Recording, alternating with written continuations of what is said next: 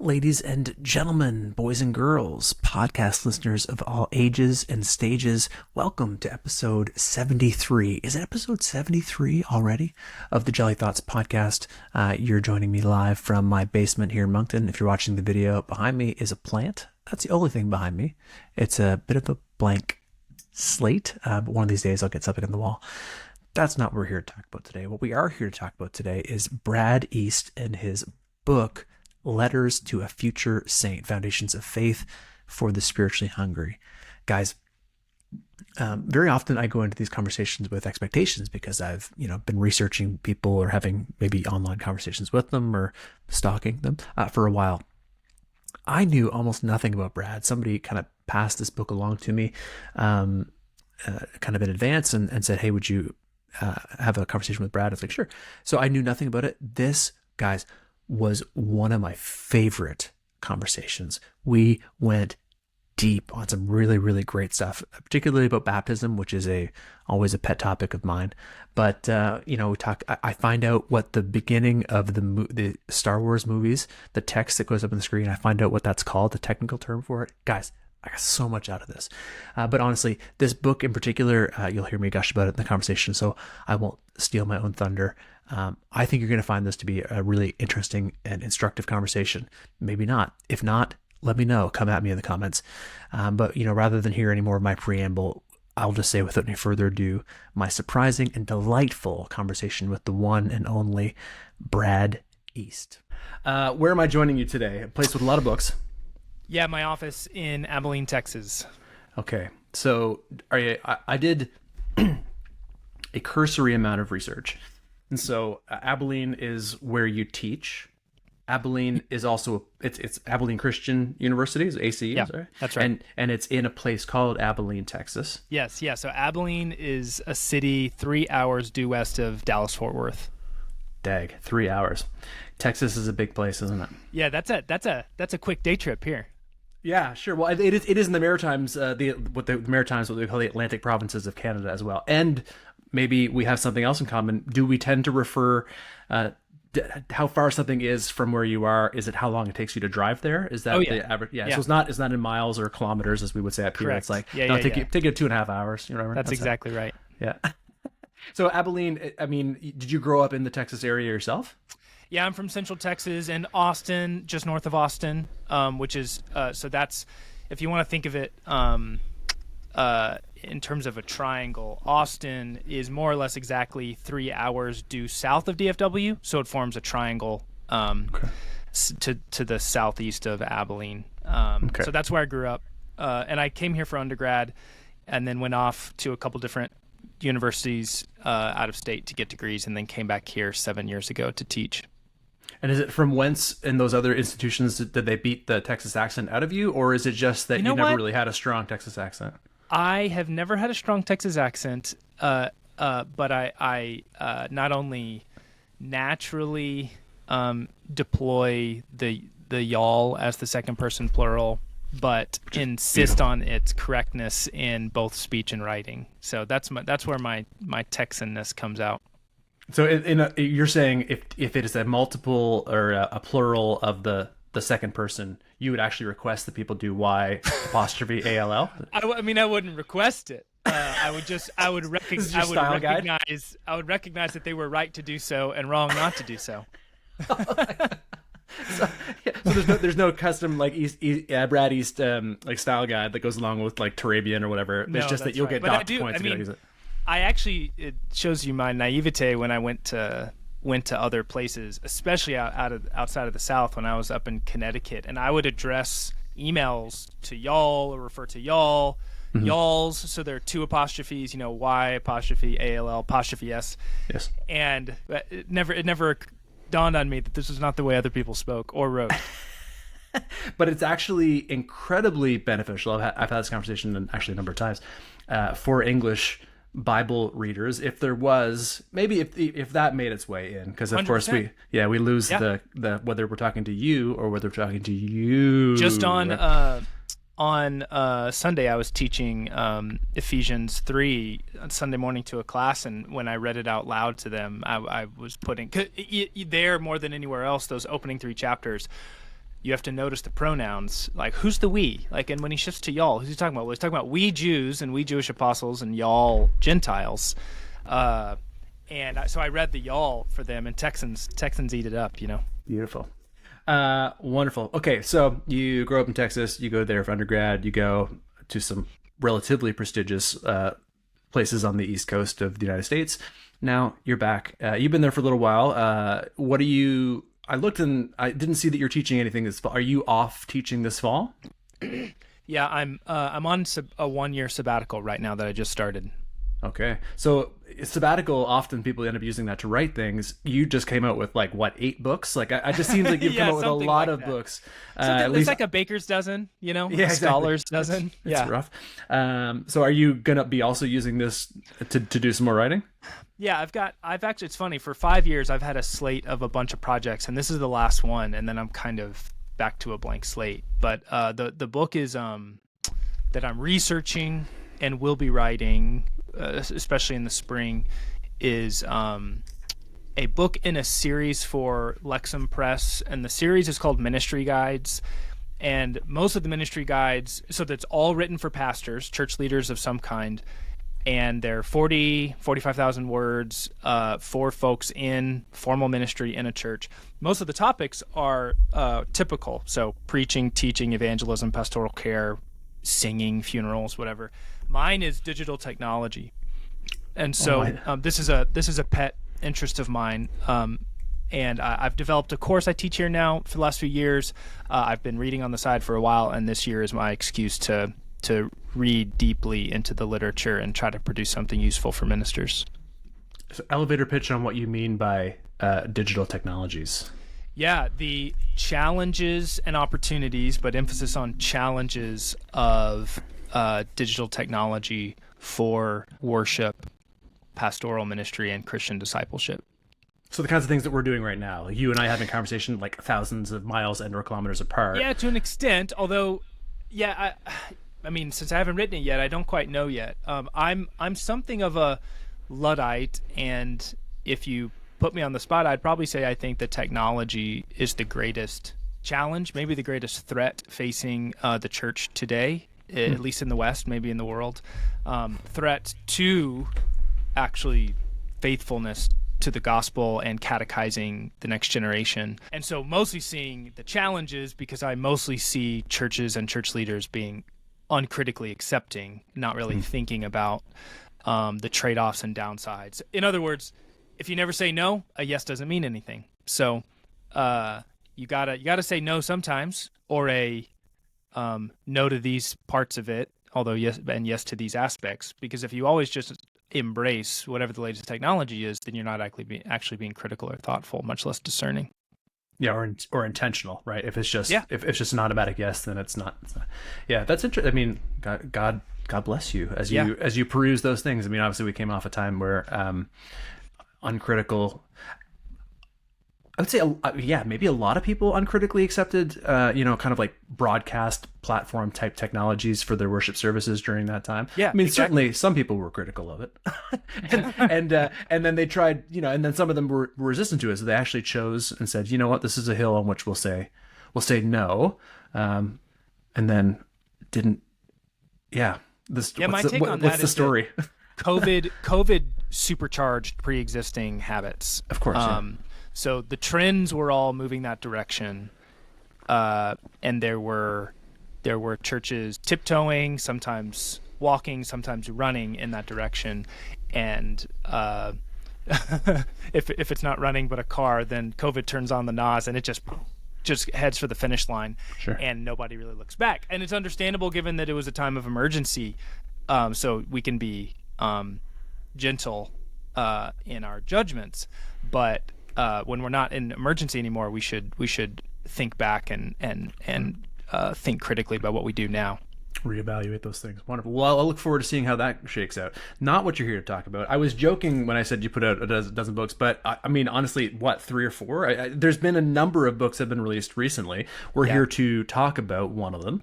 How I don't have a physical copy of that book. I'm still looking forward to. There were Letters to a Future Saint. I have a digital copy. I have been reading it. I have a physical copy of this book that I haven't, to be honest with you, been reading. But it's also not what we're talking about. I did peruse it. The Church: A Guide to the People of God. Golly, beautiful. Oh, beautiful book. I know. Like, man, just aesthetically so pleasant. Oh, it's gorgeous. I'm so grateful to be a part of that series. Yeah, beautiful.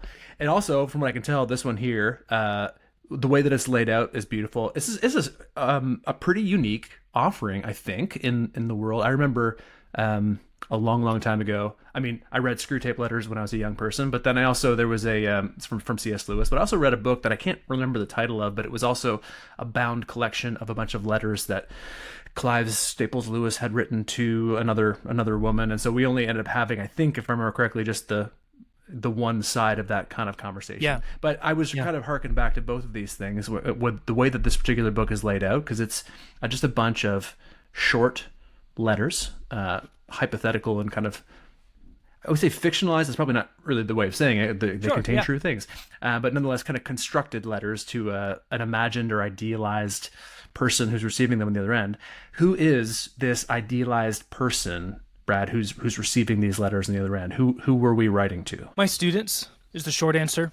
I teach undergrad students, not masters, and my students are broadly so pretty different than, well, you can tell me, but pretty different than I would project onto your local context. My context is mostly Bible Belt, non-denom evangelicals, American evangelicals, who are warm toward Jesus, a little less warm towards the church, but still quite open. These are people who think the Bible is important, though they often have not read it. I'm not exaggerating, just as open gets in terms of fill me in, tell me what's what, feed me. And this book arose out of teaching, at this point, thousands of students like that for whom the faith was attractive and the faith was something they wanted to sink their teeth into, but had largely been fed empty calories. Or I don't want to put the onus on, their parents, communities, or pastors. The onus could be on them or on the culture or on technology or on other, but at the very least, nothing particularly, not much sustenance. The vitamins, the meat, the feast had not been laid out. And so they often don't know their right hand from their left in terms of the biblical story or basic catechesis or doctrines. And so really what I had in mind was a 21-year-old in my classes who is absolutely open to this stuff, but from my vantage point is perilously situated, because if they don't get the good stuff now, in 5 or 10 years when they've got a job or they're busy with life, this stuff may just fall by the wayside. And they need to switch metaphors. They need roots to go down deep, and this is my attempt to give those roots. Now, you mentioned like thousands, these are probably large kind of intro classes that you're kind of teaching to just kind of a bunch of people who are coming kind of for their undergrad. So these are, they're going to get this whether they're pursuing a particular degree in biblical studies or whatever. This is just kind of like general formation stuff that they're going to get as part of your liberal arts Christian university. How many years have you been teaching there for now? So I'm in my 8th year now. So I've taught for 7 full years here. Okay. So yes, Texas is it's a different world. The Bible Belt of the United States is a different world. I'm wondering, and this is, because this is geographically located and because though you have an arc, it's not necessarily a decades-long arc, I'm wondering your thoughts on this, because what I've been hearing is that more and more young people, and by young people, we might mean people in their 20s and 30s, this is kind of very, very late Gen Z kind of millennial switchover stuff. They actually are growing more and more, first of all, they are becoming, as far as we can tell, more and more the trend towards the nuns. So they are less and less affiliated with any kind of religion. Maybe this maps into the Bible Belt. I think these are probably still kind of like broad statistics, so maybe less so than in the North, but nonetheless. So more and more unaffiliated, but actually more and more the word that you used, open. So like less and less opposed to exploring things of faith. Does this map onto your experience? Yeah, totally. A few things to say. One is obviously my students are self-selecting, so they're not only not representative of American 20-year-olds, they're not representative of Texan 20-year-olds because they are opting to pay to come to a private Christian university in West Texas. So they're by no means a cross section, a representative cross section. A, B. That the funny thing, as you're alluding to, about the rise of the so-called nuns is that, yeah, they're not new atheists. Right. And they're often not just open-minded, but they're metaphysically open-minded. This school, like many other low-church Protestant-type schools, has a long history of being sort of cessationist and biblicist. My students come in, they're totally open to miracles and to wild and spooky stuff happening. I mean, they have no guardrails on this stuff. They're totally open, whether they're Christian or not. Especially the ones who are technologically hooked in. They're following people on TikTok who are manifesting and talking about witchcraft, and so, man, to me, that's a pretty exciting mission field because if they're even a little bit interested in Jesus, hey, being spooky and open rather than hostile and atheist is pretty fertile ground for the word compared to the alternative. For sure. That's what I have more to say, but that's sort of quick hitting thoughts.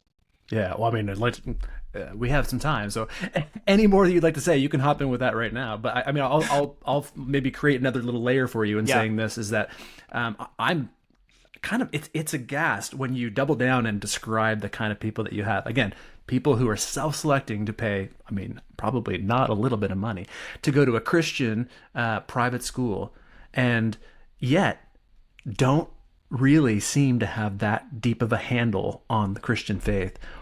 Why, Brad? Why, why is this the case? Yeah, that's the $1 million question. And I want to be clear. I'm obviously, I'm talking about, even in this case, I can't talk about all of our students fairly. We do have some who come in. If you're listening and you happen to be at Abilene Christian University, you're not the problem. Nor you're even not saying it. it's a problem. It's the others. No, and that's the thing. It's not a problem. Yeah. It's so I would blame it on a few things. The primary culprit is I think technology. I'll come back to that in a second because I want to get out a couple factors and then put it in reverse. So technology is one. Second is generationally hooking up with the rise of the nuns. The great teaching in the last 25 years, 40 million Americans have stopped going to church. Well, guess what? Those people have kids, and those kids end up in my class. And their parents didn't leave by saying, I hate Jesus. Their parents drifted away for a number of reasons, many of which were not about abuse or negativity, just kind of like, we just kind of stopped going, brunch, NFL, sleeping, work, divorce, whatever. But these kids, they're not negatively disposed towards the faith. They might still have values that they see as Christian. They might identify as culturally Christian, or they still believe in God. They just don't happen to go to church. So in a certain sense, the part of the point here is that I think what I experience in the classroom, I would say for like the middle, like 30 to 60%, let's say, 1 to 2/3, sort of in the middle, not the least Christian or the most Christian, but this big middle is they're not that churched, and therefore they're not that catechized. But that doesn't really affect their own subjective understanding of themselves as people who believe in God and love Christ. And I enter the room and then I say two things. First, guess what? What it means to be Christian is to be a part of the body of Christ. And that's news to them often, It's not even news they reject, it's just news. And then second, let me give you the goods. Let me try to catechize in a way that shows you that the life of faith is more than believing a couple, like mentally assenting to a couple wild propositions. A man who died is alive, and that man is God. I mean, those are wild things to believe, and I'm glad you walked in believing them, but let's nest those in a set of concentric circles or in a web or a system of not only beliefs but practices that can anchor you. So going back to that, that's sort of like that. I think that's how I'd try to paint the picture. In terms of technology, what I've noticed and what has been most pronounced to me is a loss of what I've called a double loss of literacy. So literacy in the literal sense, that my students are not readers. They don't read books. They certainly don't read big or dense books. Reading is not a pleasure pastime. But therefore, and also, a loss of biblical literacy. So they don't read. They certainly don't read the Bible. If you can't read, you're not going to be reading the Bible. And so 1, 2, 3 generations ago, at this institution, like many others, we could assume that anybody who even vaguely grew up in church or even in the South knew who Abraham, Isaac, and Jacob were, and Hannah and Mary and Ruth and the rest.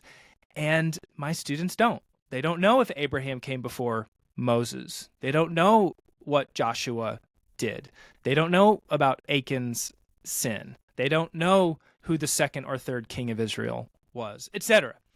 Those are big. Those are front first page. These are trading card characters. Like, those are the trading cards. Like, exactly. Let's get the whole set. That's the MJ and the LeBron of the Bible. Like we're not even getting down in the ranks. So, when you put those together, you have my students uncatechized because illiterate. And I'm not using illiterate as a slander term. I mean it in a quite straightforward, descriptive sense.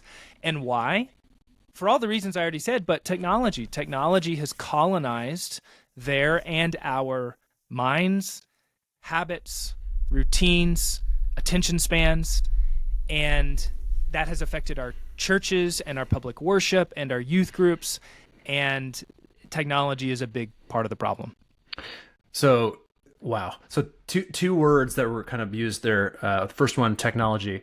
And this is, I mean, your course and then the book that you're working on is involved digital technology. So obviously, like this can of soda that I just opened is technology, right? Yeah. The wheel is technology. Yeah. You probably mean digital audio video media and its broadband access when you say technology, right? Exactly. Like what it's doing to how it's not like that we can microwave our popcorn faster today than we could 15 years ago. It's that we can't carry on significantly long conversations that don't involve our phones. Right? Exactly. So that kind of technology. Now, the other word that you throw around is catechized. Now, I, of course, totally know what you mean by that. But for anybody else who doesn't, what do we mean by the word catechized? Yeah, catechesis comes from an early Christian term and practice, simply referring to instruction in the ABCs of the faith. Now, in Christian tradition, once Christendom, meaning a culture, a Christian culture, both East and West, gets up off the ground and it's imperial and it's universal, then this comes to be associated with children, and we still do this with our children, but it doesn't actually refer explicitly or necessarily to children, because catechesis actually arose in the practice of instructing adult converts for baptism. So we're going to go through a 1 to 3 year process where you got to know the inside and outs of this thing, because it's going to demand a lot of you, and we don't want you embarrassing us out there if you say you're a Christian and you don't actually know anything. You got to count the cost, as Jesus said. And so this began for adult instruction, and then it develops into both adult and child instruction, and then now we probably think of it primarily as, at least in Western context and North American context, as raising up children. And that's what I mean. I get 20-year-olds who may or may not have grown up in church, but even if they did, some of them at least were not well catechized. And this is where, my heart goes out to the children's and youth pastors out there, because I'm not trying to blame them. What are you supposed to do if you have a generation trained by iPads and smartphones and streaming and social media to simply lack the necessary attention span to pay attention to digest anything but milk? Well, Right. you're going to give them milk. Milk's better than nothing. So it's not, I want to be clear, it's absolutely not, like, I'm not worried about offending people. I just want to be clear that, like, this is a profound challenge affecting us all. I have 4 young children, and it may be the case that if there is a kind of sustained arrested development, at least in the present tense, for young people in their teens and 20s, then things that people in their teens and 20s could handle 50 years ago in terms of catechesis and theological instruction may have to go down slower. It may have to be more bite-sized, and that's fine. And in effect, that's what this book is. Yeah. That's the need this book is trying to meet for all ages. I mean, I think there are going to be people in their 70s who read this, but I have in mind the 15 to 30-year-old demographic.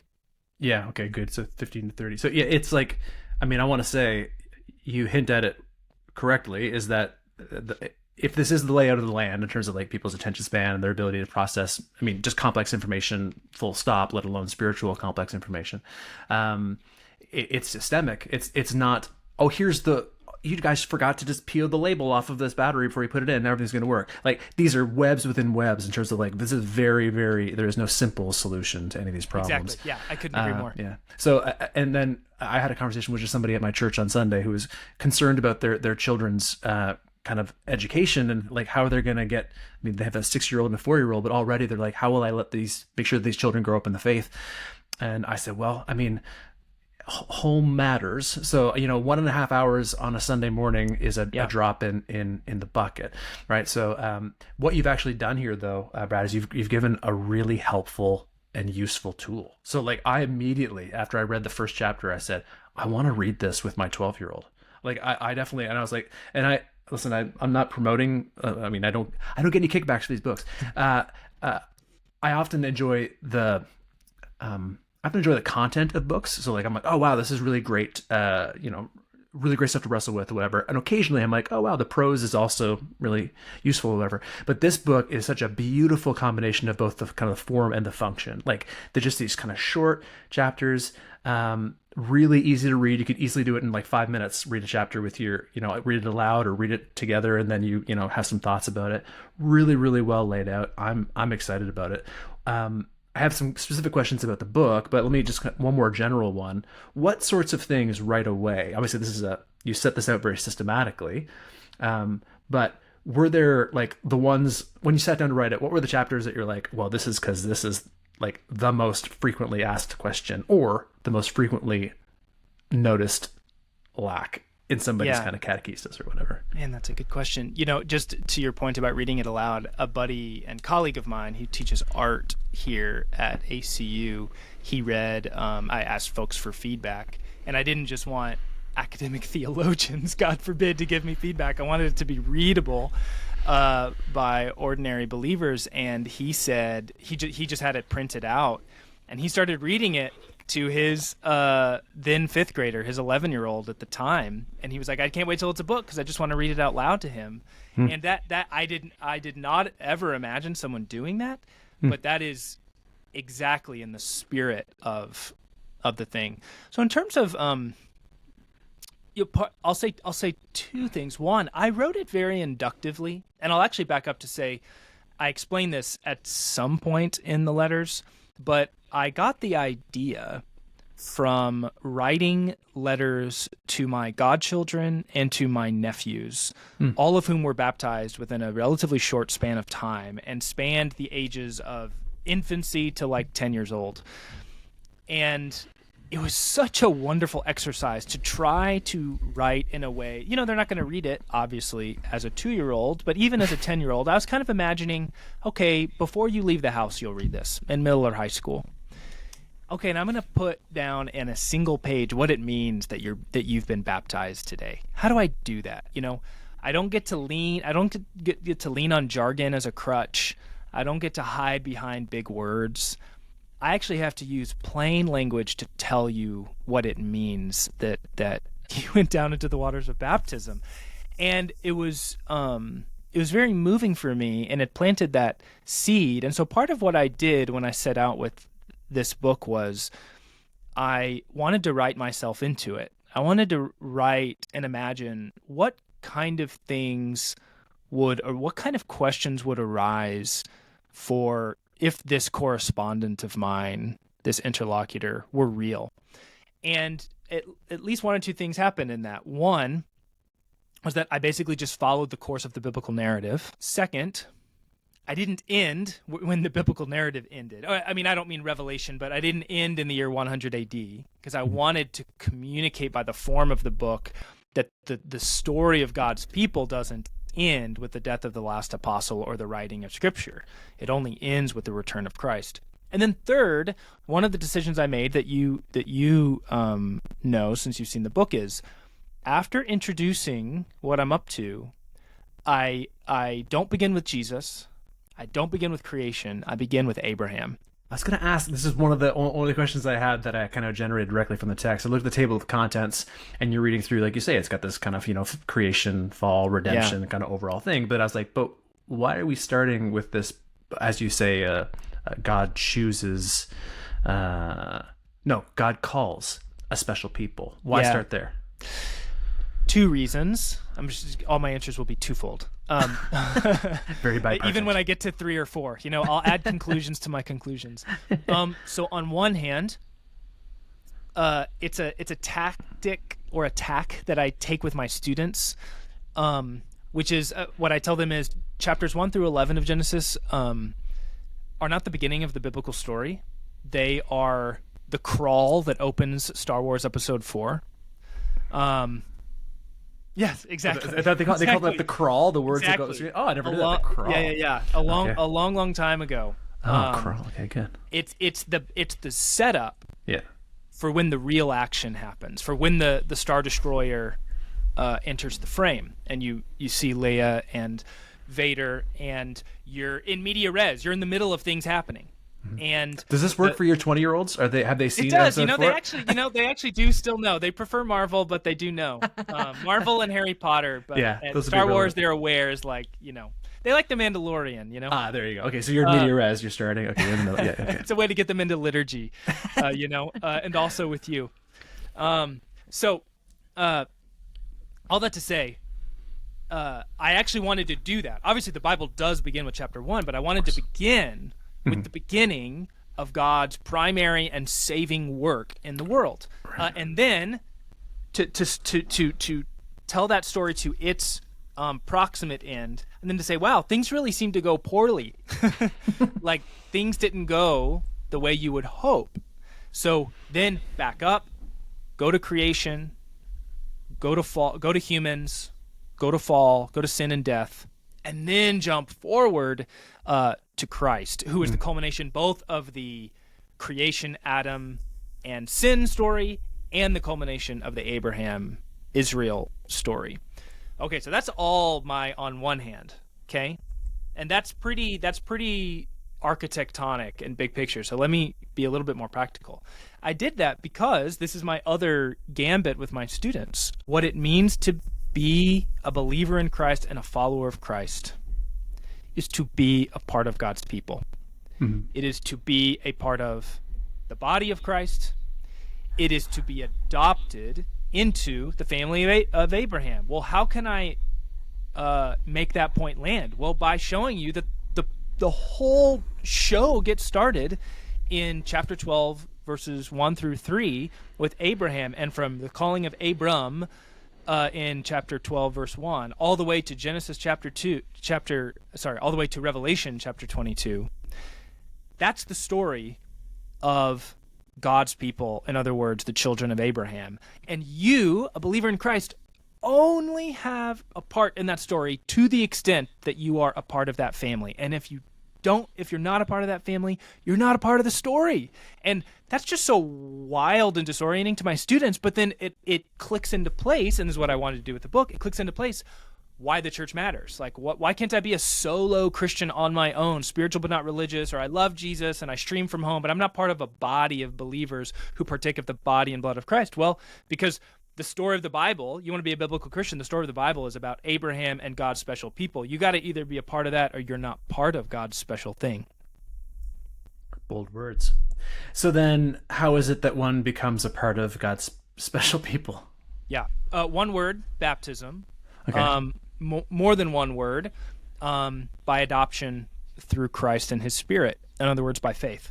Right. So this is the key, where Paul sort of shows us the key in Romans 8, in Galatians 3 and 4, and Ephesians 1 through 3, where the mystery that God has been keeping hidden all this time but now has revealed is that the Gentiles, meaning people who are not Jews or natural children, descendants of Abraham, they're not going to come to worship the one true God, who is the God of Abraham. At the end of history, at the end of time, when it's all wrapped up, they're going to start streaming to worship the one true God in the middle of history.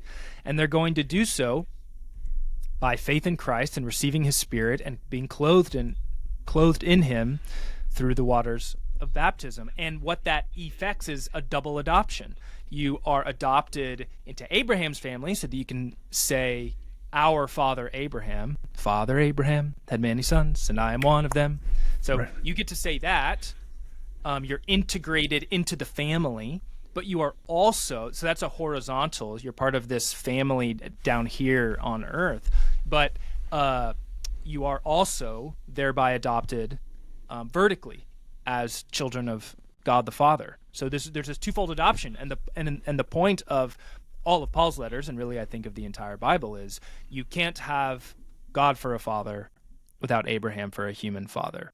Put differently, in the language of Saint Cyprian, the North African bishop in the year 250 or so, he says you can't have God for a father without having the church for a mother. The church being the name of God's people open to the Gentiles through Christ, and she gives birth to you in the womb of baptism. And that's both how God does it, and that's why it's good news, that it's an offer. It's not a condition. It's an offer that God extends to any who will take it. Right. So your school, you described your school, the school that you're at, largely for teaching, as being a kind of a low church evangelical institution. Yeah. That's where I live and breathe too.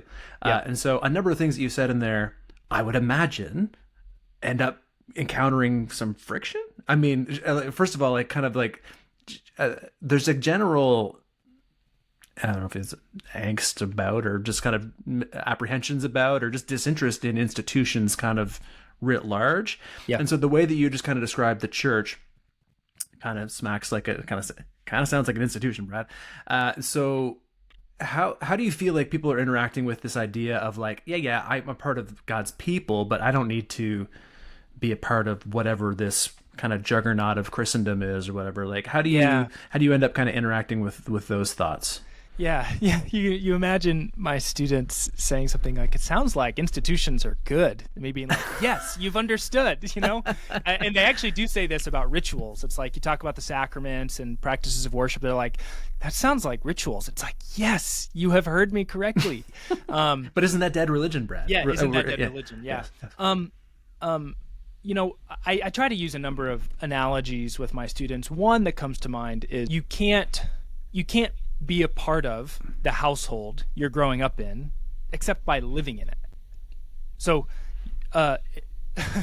now these are people who've just left their households, but often, obviously not always, this is a broken world. Not everybody has an ideal or even close to ideal or typical household experience, childhood experience. But granting that, if you have two parents and some siblings, and that makes a household, and you're a part of it, well, you're a part of it by living in it, by inhabiting it, by participating in its rhythms and daily life, not by living on another continent. You can say, "I'm related to those people," but you're not really part of the ins and outs. That's why it's a big deal and a transition, and even mildly traumatic when you leave home for good. That's why mom cries. That's why you're disoriented. Another a related example I'll give is when they think about streaming and the Eucharist, I'll say, like, you're going to go home. This is an American holiday, but you're going to go home for Thanksgiving. Like, is it the same if you throw something in the microwave and they set up a camera and you watch your family eat the feast without you? Like, the whole point is that you want to be with them. Mm-hmm. So to say, like, I'm a part of it, or I'm at the table too, even though I'm home alone, you understand intuitively that that's not true. You understand that you want to see the band in concert, not just on YouTube. You understand that you want to fill in the blank, a real life experience. You understand, more than any generation, my students don't want to take Zoom classes. They want to be in person. Like, they don't like it. They understand the difference. So it's not hard to convince them of that. And then you just have to turn it. You just have to say, yeah, and the same thing applies to the church. That's why God set up. He set up a people, but a people that is an institution to the extent that for a people to last more than one generation as an extended family over the earth, they have to have mechanisms and organs of authority and transmission and tradition and so on to pass on what it means to be a part of this and to live it out continent to continent, generation to generation. That's good. That's good. I hope that I bet that meets with good, that probably works when you do that. You also say in the book, I remember I underlined it, but I can't find it right now. Just this beautiful thing about baptism. You alluded to the fact that one of the reasons you wrote it was that you had an experience writing letters to your nieces and nephews who had all been kind of baptized within a period of time. You said some of them were like 10 or whatever, and then some of them were itty bitty. So obviously that little child didn't say, I would like to be baptized. Obviously they experienced infant baptism. I'm actually part of a tradition that on paper allows infant baptism, but we never do it. It's not something that we actually do. So I have conversations often with people who have been baptized in their younger years. Sometimes that's like literally as infants, but oftentimes it's like, it was when I was 10 or when I was 15 or whatever. Yeah. And so now they're in their 20s, now they're in their 30s, they're even older, and they're saying, I would like to be baptized again. And so we have to have pastoral conversations and decisions to think through, okay, well, if it was truly an infant baptism and you had nothing to do with it, et cetera, we'll allow for that. But those gray area, those 10s, those 15s, those people who they did it in ignorance or they did it in full confidence but then walked away, we often end up having to have conversations with them saying, it was actually enough. That baptism that you experienced, it's good. Like it's fine. It doesn't, you can't wash it off. That's not how it works. Yeah. But you have this beautiful line in the kind of in the preamble when you're talking about it. You say kind of like whether you are, deciding to go through the waters of baptism or whether you're, I think you said, living into the baptism that you already kind of received. Would you say more about how people in your experience are kind of conceptualizing that kind of, as Paul would say, that not just one faith, one Lord, but that one baptism that we're a part of? Man, this is something, I almost sounded like a Bible Belt youth minister. This is something I'm passionate about, but I am. I really am. This is just about as close to the heart as I get, especially in my classroom. I get to preaching when I talk about baptism. I can in a second come back at me to make sure that I address all of the sort of aspects that you think might be helpful. The thing I'll focus on is what you just raised, which is, man, too many of my students. So I suppose I'm an old millennial, and then I'm teaching Gen Z, and then my children are Gen Alpha. And what I see to an extent in my generation, but especially in Gen Z, is whether or not they have a sacramental view of baptism, where baptism does something. Interestingly, it doesn't, to me, track with those beliefs. Like sometimes they have a high view and like, man, that did all the stuff, but now I need to do it again. And other times it's like, it's actually a symbolic expression of something inward. And since I didn't mean it or know enough, now I got to do it again to show that I really mean it and really know enough. Mm-hmm. Either way, to me, like to speak frankly, it's tragic. And I try to communicate that to my students, knowing that there are a few in the room who have already by age 18 or 22 been quote unquote rebaptized. As you have seen in the book, I try to be as direct as I can with the reader. The Christian tradition is unanimous. There is no such thing as rebaptism. You can't be baptized twice. Right. You can be invalidly baptized, and that's where we start disagreeing about stuff. But the only reason to be quote unquote rebaptized is if the first one was somehow so wrong that it didn't take. And you gotta have strict criteria to create a high threshold for saying with confidence that was a failed baptism. Because the whole point, as Martin Luther, maybe more than anyone in the tradition, highlights for us, is that baptism is a practice of spiritual consolation. When Luther was besieged and assaulted by what he understood to be demons and the devil himself, the only leg he had to stand on was that he had been baptized, because part of their assaults consisted in doubts and self-loathing. and how wicked and unrighteous he was, to which he could only say, yes, I'm deserving of nothing but damnation. Like, does God hate me? And then he would say, no, I am baptized. Baptisita sum. I am baptized. So you can't take that away from me. You might be able to take everything else away from me, but you can't take that away from me. And as you say, you can't unwash yourself. The way I try to put it to my students is, I try to convince them of a sacramental view that it's not merely external expression of an inward something. It is an objective act in which and through which God is not only uniquely present, but does something to you. And he does many things, and among them is to announce over you what he announced over Jesus, namely, this is my beloved child. On that day and in that moment, the gavel is coming down in the adoption court, and you are God's own child in Christ. And God doesn't do take-backs. If you want to make it a marital rather than an adoption metaphor, this is when Christ marries you as his bride, and God, we know, doesn't do divorce. So you absolutely can be a prodigal and run away.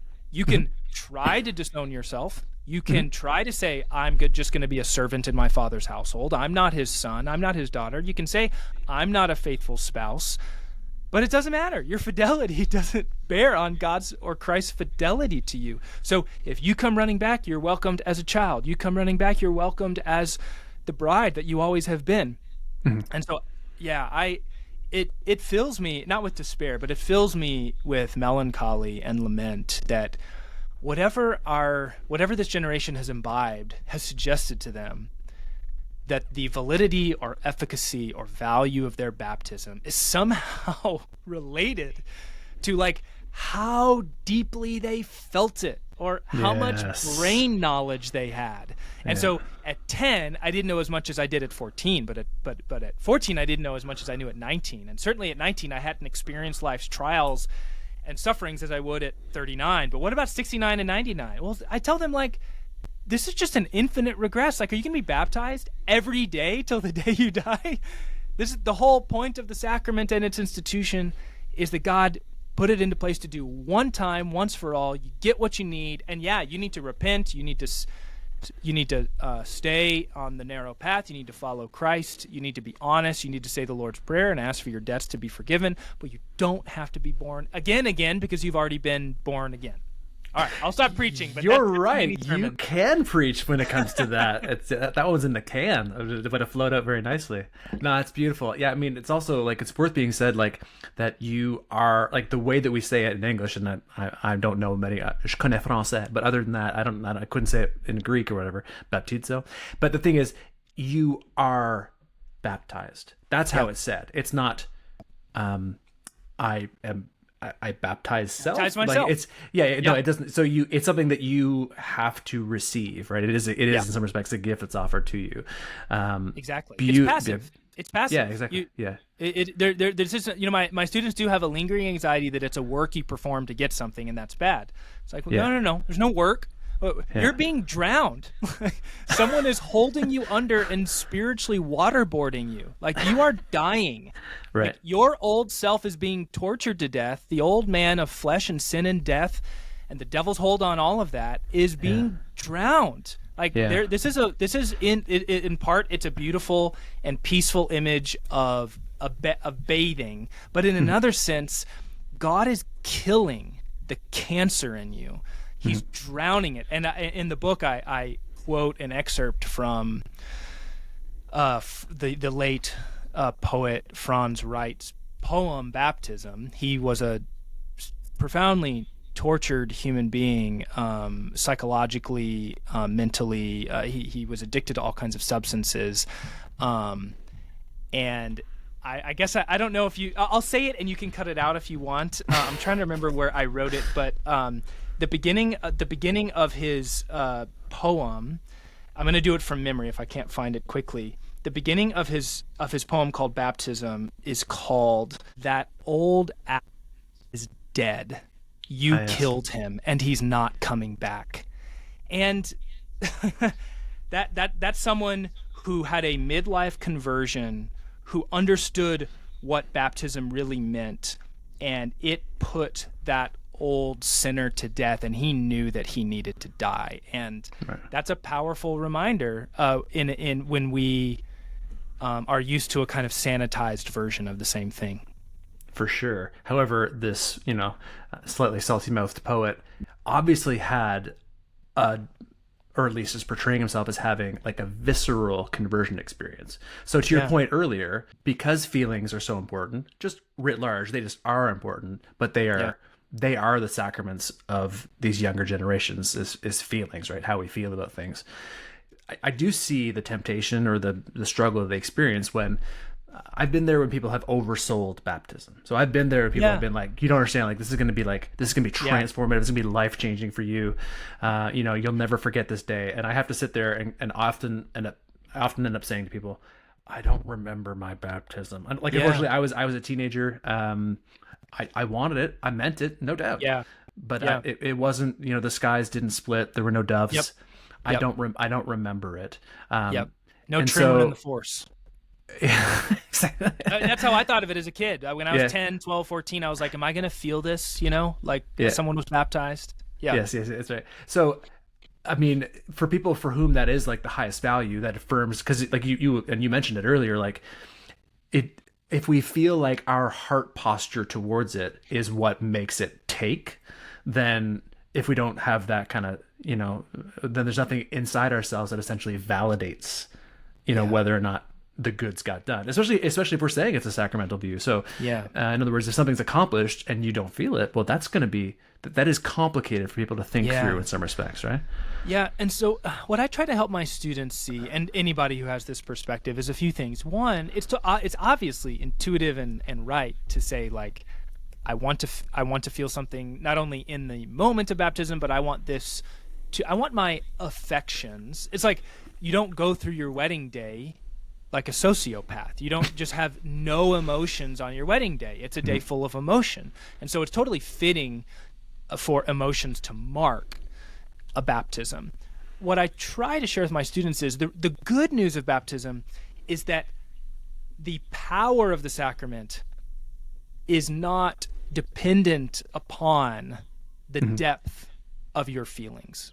Just like actually, I have performed a couple weddings, and at the most recent one I did, I got emotional at the moment when the doors opened and the bride walked down.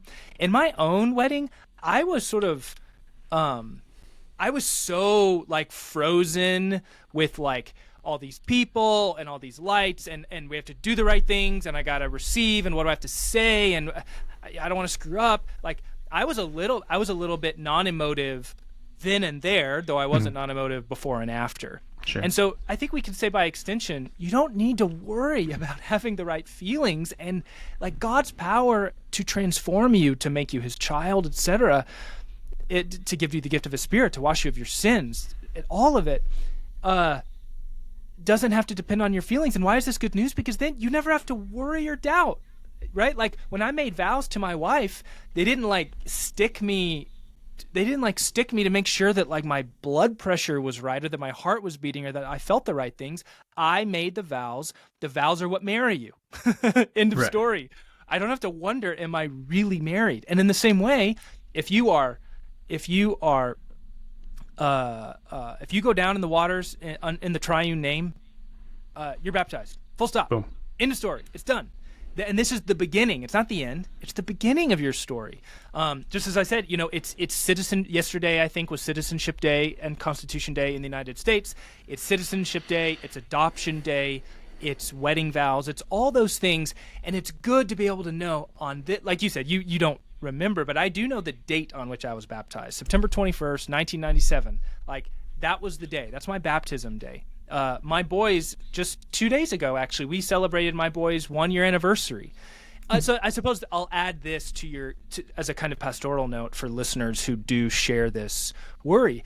When our boys got baptized, we made it a day to remember. And I think that's appropriate. We don't want it to be a forgettable, 90-second dip in a pool and you never think about it again. Like, we invited people from out of town. We threw a huge party. I told my wife she was budget conscious, and I was like, I don't care how much money we spent. No, am I gonna like? It's like a wedding. It's like time a to kill graduation. the fatted calf. You know what I mean? Let's go Exactly. big. Absolutely. That's exactly the right image. So I do think there are ways we can do that, and the liturgical and small c Catholic traditions have good habits to learn here about not only marking your baptism day, but actually remembering it and celebrating it more than your own birthday, because it's your true sort of spiritual birthday, and it's a day to celebrate and memorialize when it comes around each year.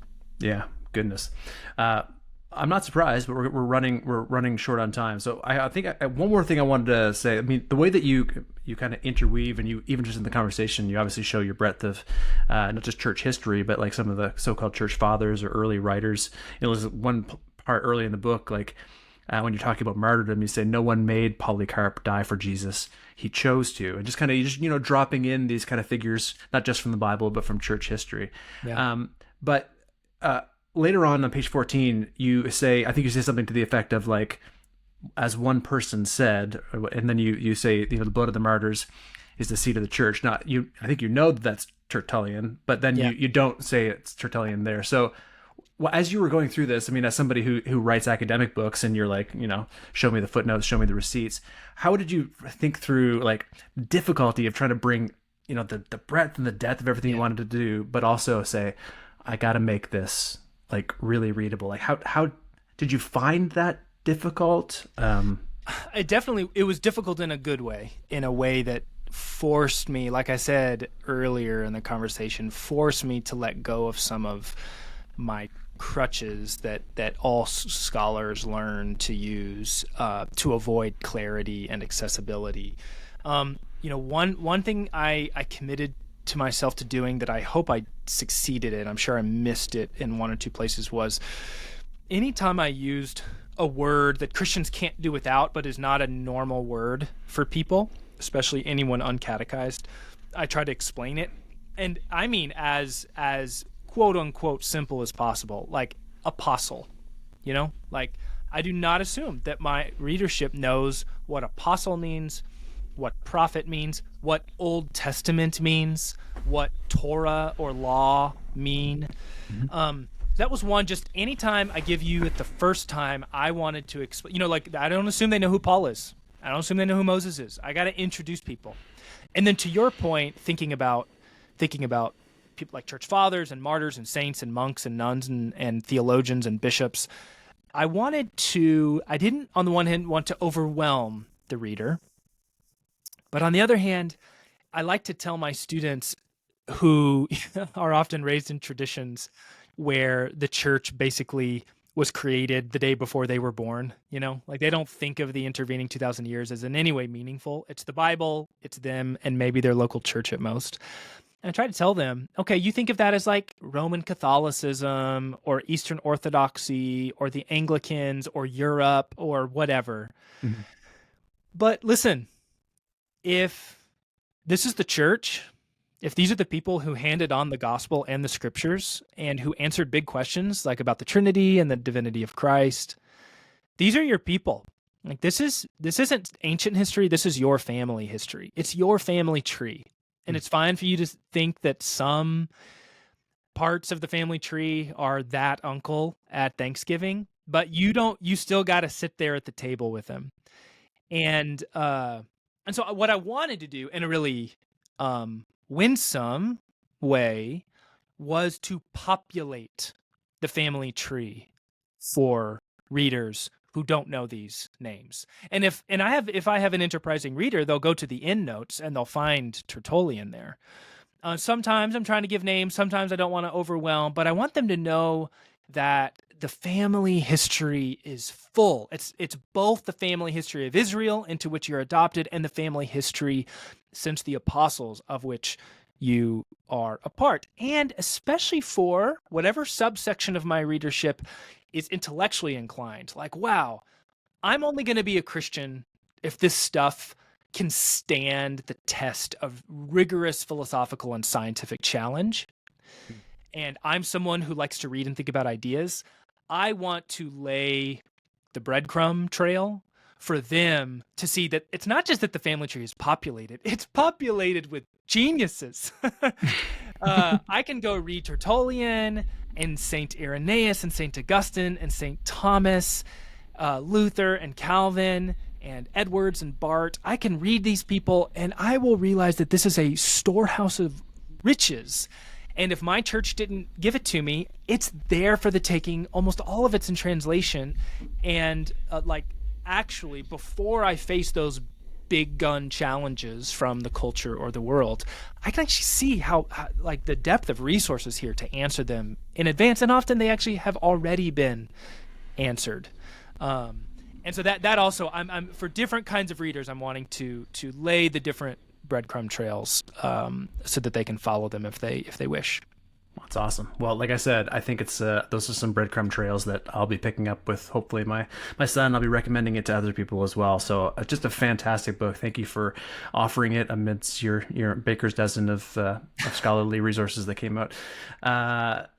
Brad, thank you. Letters to a Future Saint. I think it goes supposed to go live October 1st. Is that 1st, when? Yeah, is when. So you can do some pre-ordering. It's from Erdman's. Find it wherever you buy books, but also you can buy it from place if you pay a couple extra bucks and it supports a local bookstore. You can do that too. That's fine. Go ahead and do that. Brad, thank you for your time today. Really, really appreciate it, man. Thank you. This was a pleasure. It was a fun conversation.